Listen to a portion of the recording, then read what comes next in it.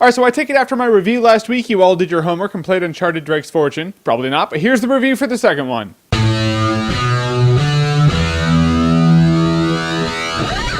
Uncharted 2 Among Thieves. Alright, so after my review of the first Uncharted, it's safe to say you know I like Uncharted Drake's Fortune. Uncharted 2 takes everything to the next level in every way possible. So of course you play as Nathan Drake again, and this time you're looking for what Marco Polo was looking for. I guess he started a journey with like 14 ships and ended it with 1. So this game's like, well, what happened to the ships? Well, we'll explain. History according to Naughty Dog. I don't even care. Probably more accurate than what you've heard in school. Now the gameplay is pretty much the same as last time. One dual-handed weapon, one single-handed weapon. 4 grenades, you know, what you need to kill people. But they did add some stuff, like you can pick up riot shields and use them for cover. You can pick up propane tanks, throw them at guys and shoot them, blow up, and you know, people die. And this time there are a few more characters. Like there's this dude that you team up with that you don't trust him from the get-go. And there's a new love interest, Chloe. So there's kind of this love triangle between Chloe, Drake, and Elena. What I like about the 2 chicks in this game is they're different. They're not like cookie cutter, like, oh, this one's like that one, but she's a brunette. Chloe's like, nope, it's survival, look out for numero uno. Yourself. Elena's like the tough chick from the suburbs. You can pick either one. They're both hot. Don't even act like you don't think so, because they are. I don't even want to call this a game. It's like a cinematic experience that you play. Like things happen in the game, buildings fall, things get destroyed around you, but you're still playing while it's happening. Most other games would cut to a cutscene to show it. And this one's like, nope, you're still in the driver's seat. Just shit is dying around you. There are a couple scenes in this game, one in which you're in a building and a helicopter is trying to kill you. Something happens in that scene. It's like one of the coolest things I've ever seen happen in a game, period. It's that scene that you want to save a safe spot right before it happens so you can just go back and play it. I'm probably overhyping it, but when it happened, I didn't expect it to happen and it was just awesome. And the way the game unfolds, the plot's really cool too. Like the first scene in the game is actually about halfway into the game, but you're just grabbed right from it. You're like, how did this happen? And then after that, you play the game from the beginning of the story and see how it all ended up like that. I'm telling you, it's a playable cinematic experience. But I will say, at a point you end up on a moving train. At that point, the difficulty level like skyrockets. It's like the game's like, all right, yeah, we've had fun, but now we're gonna kill you. And speaking of frustration, there are a couple enemies, oh my god. One I call the Bumble Rams because they look like the Bumble from Rudolph the Red-Nosed Reindeer screwed a ram and had a kid. And one I call Grey Hulk with AIDS because they look like the Grey Incredible Hulk from the Incredible Hulk, but a lot skinnier, so you know, AIDS. They don't go down for shit. You know that scene in Star Trek First Contact where Picard freaks out with a Tommy gun, just